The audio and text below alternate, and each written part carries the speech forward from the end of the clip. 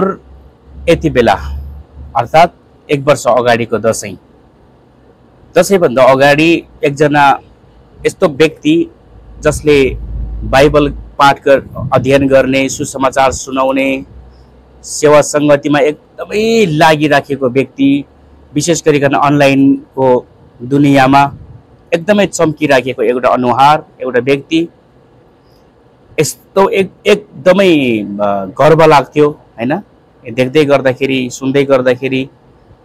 तर समय आयो दशैंको टीकाको, के देखियो भन्दाखेरि चाहिँ निधारभरि टीका अनि जमरा।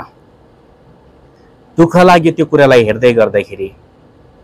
विशेष गरिकन यो भिडियो मैले हाम्रो जति पनि दशैं मनाउने व्यक्तिहरू हुनुहुन्छ, विशेष गरिकन हिन्दू धर्मबाट हुनुहुन्छ, मैले यहाँहरूको लागि यो भिडियो बनाएको होइन।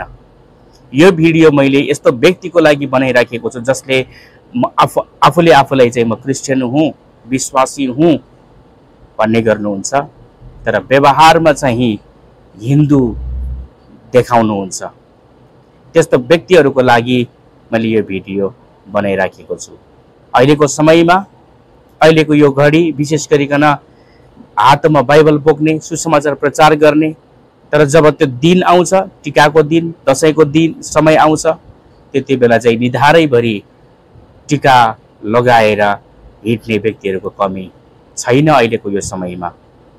विशेष गरिकन यहाँहरू सम्पूर्ण जनलाई प्रभु येशू ख्रीष्टको नाममा जय मसीह र स्वागत भन्न चाहन्छु। तपाईहरु कहाँबाट जोडिनु भएको छ र आजको विशेष एकदमै वचन चाहिँ आजको एकदमै विशेष वचन हुनेछ र भिडियोको अन्त्यसम्म यहाँहरू रहनुहोला। छोटो र मिठो रूपमा यहाँहरूको बीचमा प्रभुको वचन पस्किने मैले जमर्को गरेको छु र विशेष गरिकन चाहिँ हामी संसारमा छौं र हामी संसारमा हुँदै गर्दाखेरि जो विभिन्न चाड पर्वहरू आइरहन्छ नि, चाड पर्वमा तपाई र मेरो व्यवहार कस्तो हुनुपर्छ, तपाई र मैले के गर्नुपर्छ र के गर्नु हुँदैन भन्ने कुरा आज तपाईसँग म कुराकानी गर्नेछु। अहिलेको समयमा हामी दशैंको माहौलमा छौं। हामी यस्तो विश्वासीहरूले पनि देख्छौं 364 दिन म विश्वासी हुँ भन्ने र जब 365 दिन आउँछ, विशेष गरिकन टीकाको दिन आउँछ, त्यति बेला चाहिँ के हुन्छ भन्दाखेरि आफूले आफूलाई बिर्सिदिन्छ। मैले हिजोको दिनमा सुसमाचार सुनाएको, मैले हिजोको दिनमा बाइबल पढेको, मैले हिजोको दिनमा प्रभु येशूको बारेमा मैले बोल्दै गरेको थिएँ, उनले बिर्सिदिन्छ। कतै आज त्यो व्यक्ति तपाई त हुनुहुन्न। मण्डली परिवार विचार गर्नुहोस्, मैले यो किन भनिराखेको छु, मैले यो किन भनिराखेको छु हैन भन्दाखेरि चाहिँ हामीलाई प्रभु येशू ख्रीष्टले बोलाउनु भयो, सुन्नु भयो। याद गर्नुहोस्, तपाई र मलाई प्रभु येशू ख्रीष्टले अलग अलग विभिन्न ठाउँहरूबाट उहाँले हामीलाई चुन्नु भयो। किन चुन्नु भयो भन्दा उहाँको राज्यमा लैजानको लागि, त्योभन्दा अगाडि उहाँको काम गर्नको लागि तपाई र मलाई बोलाउनु भयो, चुन्नु भयो।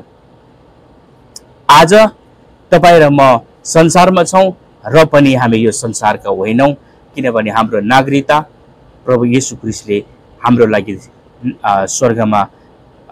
स्वर्गको नागरिकता हामीलाई नागरिक हामीले बनाउनु भएको छ र स्वर्गको नागरिकता हामीलाई दिनु भएको छ। भनिसकेपछि हामीले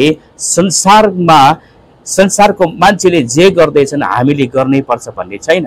हो, हामी सहभागी हुन सक्छौं है, तर उनीहरू ठ्याक्कै उनीहरू जस्तै भएर होइन। हामी केही कुन अवस्थासम्म हामी उनीहरूसँग एउटै हुन सक्छौं, त्यो तपाई र मैले जान्नु, त्यो तपाई र मैले बुझ्नु आवश्यकता छ।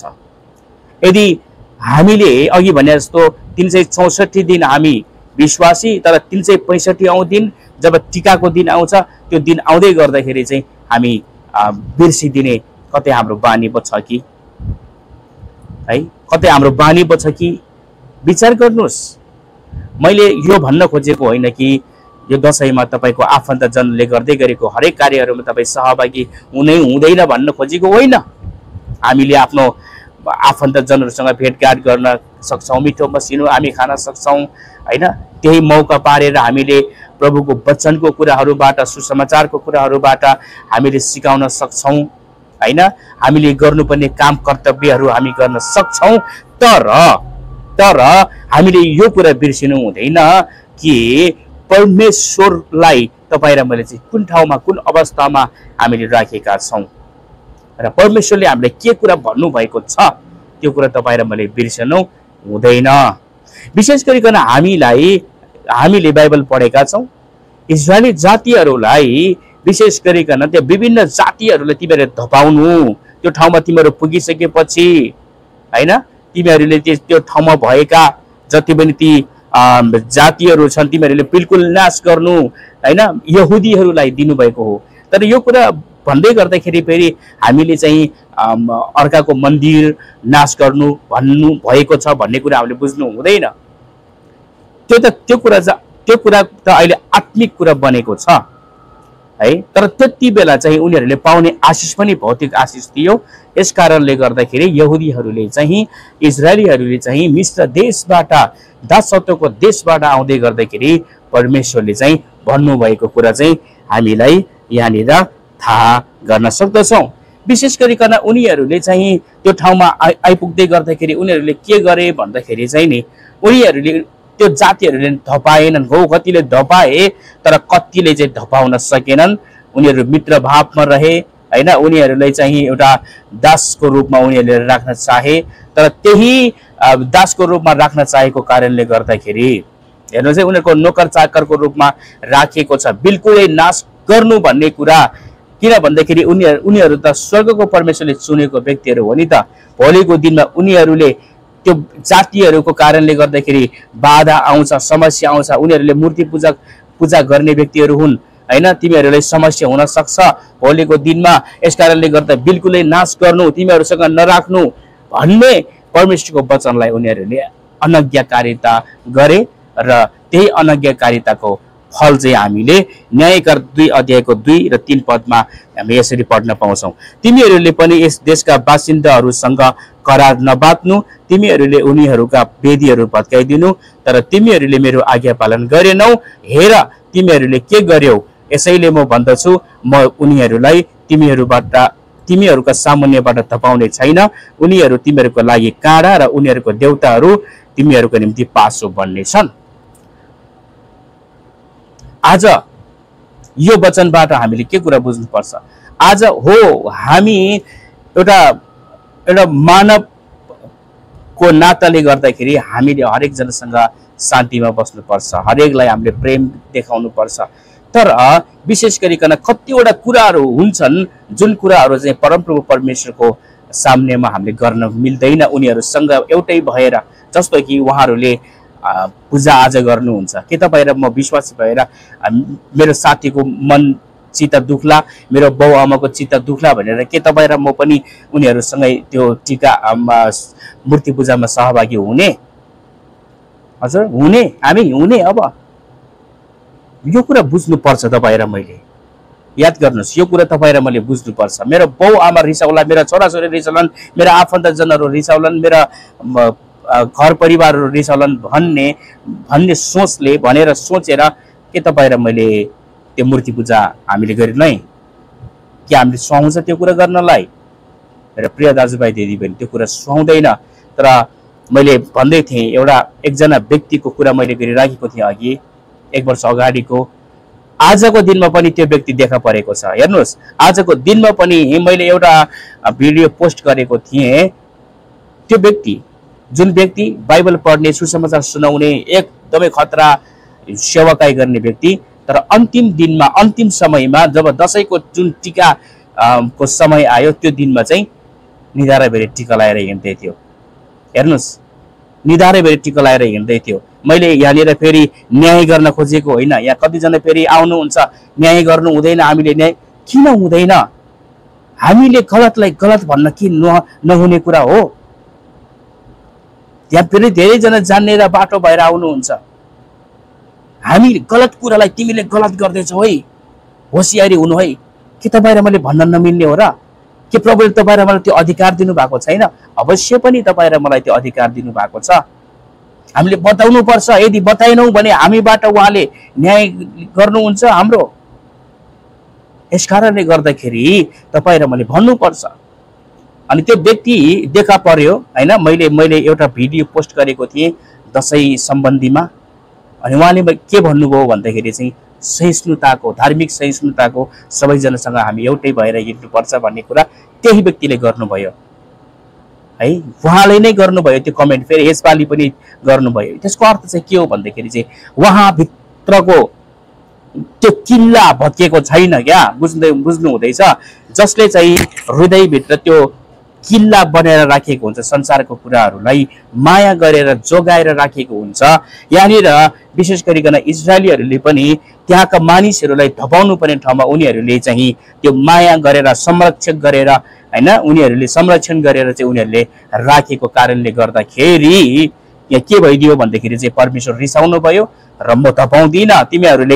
तिमीहरूलाई मैले धपाउ भनेको जातिहरू तिमीहरूले धपाएनौ, अब म पनि धपाउने छैन। यही जातिहरू अब तिमीहरूको लागि बाधाको कारण बन्नेछ। बुझ्नुभयो? बाधाको कारण। आज तपाईँ र मैले त्याग्नु पर्ने, भत्काउनु पर्ने हैन, टाढिनु पर्ने कुराहरूबाट हामी टाढिएनौँ भने त्यही कुरा तपाईँ र मेरो लागि भोलिको दिनमा ठुलो समस्याको रूपमा खडा हुन्छ र तपाईँ र मलाई स्वर्गमा जानलाई पनि त्यो कुराले रोक्न र छेक्न सक्छ। आज तपाईँको लागि एकदमै महत्त्वपूर्ण, हाम्रो लागि एकदमै महत्त्वपूर्ण वचन यहाँनिर छ। गन्ती 33:55। तर तिमीहरूले त्यस देशका बासिन्दाहरूलाई धपाएनौ भने रहन दिएकाहरू चाहिँ तिमीहरूको आँखामा परेका छेस्का र जिउमा बिजेका काँडा जस्तै हुनेछन् र तिमीहरू जहाँ बसे तापनि उनीहरूले दुःख दिनेछन्। हेर्नुहोस्, दुःख दिनेछन्। त्यही भयो, दुःख दिनेछन्। पहिलो सामुएल 15:23 उहाँको आज्ञा उल्लङ्घन गर्नु मन्त्रतन्त्रको पाप जस्तै हो र हठी हुनु मूर्ति पूजा गर्नु जस्तै हो, खराब हो। तपाईले परमप्रभुको वचनलाई त्याग्नुभयो, यसैले परमप्रभुले पनि तपाईलाई राजाको पददेखि त्याग्नुभयो। यो वचन कसलाई भनेको भन्दाखेरि चाहिँ शमूएलले राजा साउललाई यो कुरा भन्दैछ। राजा साउलले के गरे भन्दाखेरि चाहिँ लडाईँमा गएका थिए। परमेश्वरले भन्नुभएको थियो त्यहाँबाट तिमीहरूले एउटै पनि कुरा ल्याउने होइन, बिल्कुलै नाश गरिदिनु। तर एकदमै मोटा मोटा गाई गोरुहरू, पशुहरू चाहिँ उसले ल्याए, साउल राजाले ल्याए। परमेश्वरले भन्नुभएको थियो नल्याउनु है, नल्याउनु, केही नल्याउनु।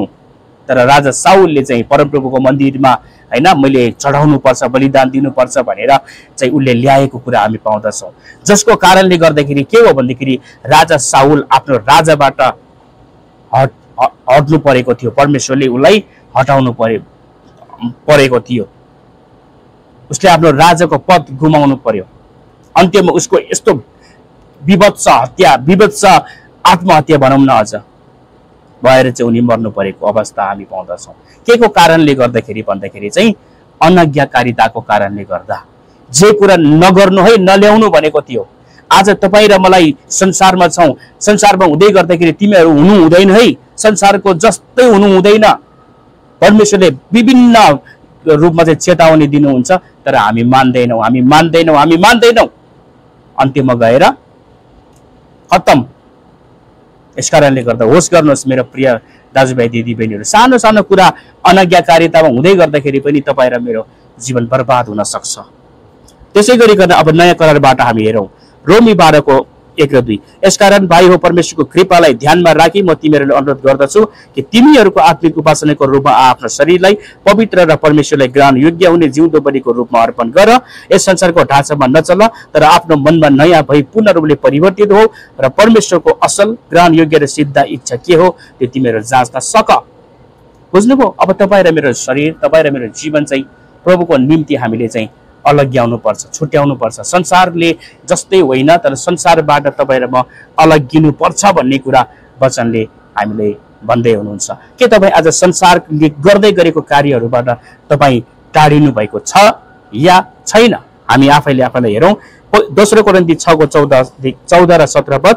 अविश्वासीहरूसँग एउटै जुवामा ननारियौ, किनकि धर्म र अधर्मको के साझेदारी हुन्छ अथवा अँध्यारोसँग उज्यालोको के सहभागिता। 17 पद। यसकारण उनीहरूको बीचबाट निस्केर आओ, तिनीहरूबाट अलग हो। परमप्रभु भन्नुहुन्छ अशुद्ध कुरा केही नछौ र तिमीहरूलाई ग्रहण गर्नेछु। तपाईँ र मलाई प्रभु येशू ख्रीष्टले शुद्ध पवित्र बनाइ सक्नु भएको छ। तर तपाईँ र म फेरि पनि लोतको श्रीमती जस्तै हामी हुँदैछौँ क्या। छोडी आएको कुराहरू फेरि फर्केर हेर्ने, फेरि उतैतिर जाने मन हैन। इजरायलीहरूले पनि के भनेका थिए भन्दा हामीलाई चाहिँ यो देशमा भन्दा त बरु हाम्रो दासत्वकै देशमा चाहिँ राम्रो थियो। हामीले मासु टन्न खान पाउँथ्यौँ हैन, पानी प्रशस्तै थियो, खानेकुरा प्रशस्तै थियो हैन, हामीले नुन प्याज मसला खान पाउँथ्यौँ। आज तपाईँ र म कतै त्यस्तै भइराखेका छैनौँ। जुन ठाउँबाट परमेश्वरले तपाईँ र मलाई चाहिँ उहाँको बलिदानद्वारा उहाँले बचाएर हामीलाई अलग गर्नुभएको छ, कतै तपाईँ र म फेरि पनि त्यही संसारकै कुराहरूमा, संसारकै रमझमहरूमा, संसारकै चाहिँ कुराहरूमा तपाईँ र म जाने कोसिस गरिराखेका त छैनौँ अथवा गइराखेका त छैनौँ। होसियार मण्डली परिवार, होसियार। तपाईँ र मैले यदि संसारकै जस्तै गर्नु हो भने, संसारमै जस्तो तपाईँ र म हुनु हो भने तपाईँ र मैले विश्वास चाहिँ किन गर्नु पर्यो? तपाईँ र मैले बाइबलको कुरा किन गर्नु पर्यो? तपाईँ र म सङ्गति नै किन जानु पर्यो? होइन र? यदि तपाईँ र म दसैँ आउँछ टिका लगाउँदै हिँड्ने, पूजापाठ गर्दै हिँड्ने, अब धार्मिक सहिष्णुता हो भनेर सबै धर्मलाई चाहिँ एउटै हो, सबै धर्म एउटै हुने हो भने तपाईँ र मैले प्रचार गर्नु आवश्यकता थियो र? हजुर, आवश्यकता थियो र? भन्नुहोस् न, आवश्यकता थिएन? यदि सबै धर्म बराबरी हो भने, सबै धर्मले उद्धार र मुक्तिको बारेमा कुरा गर्छन् भने तपाईँ र मैले किन चाहिँ ख्रीष्टलाई विश्वास गर्नु पर्यो? किन चाहिँ बाइबल बोकेर हिँड्नु पर्यो? तर बाइबलले त्यो कुरा भन्दैन। बाटो, सत्य र जीवन प्रभु येशू ख्रीष्ट मात्रै हुनुहुन्छ। यस कारणले गर्दाखेरि तपाईँ संसारसँग एउटै हुनु हो भने ख्रीष्टको बलिदान व्यर्थ भएको छ तपाईँको लागि। ख्रीष्टको बलिदानको कुनै मूल्य तपाईँले ठान्नु भएन।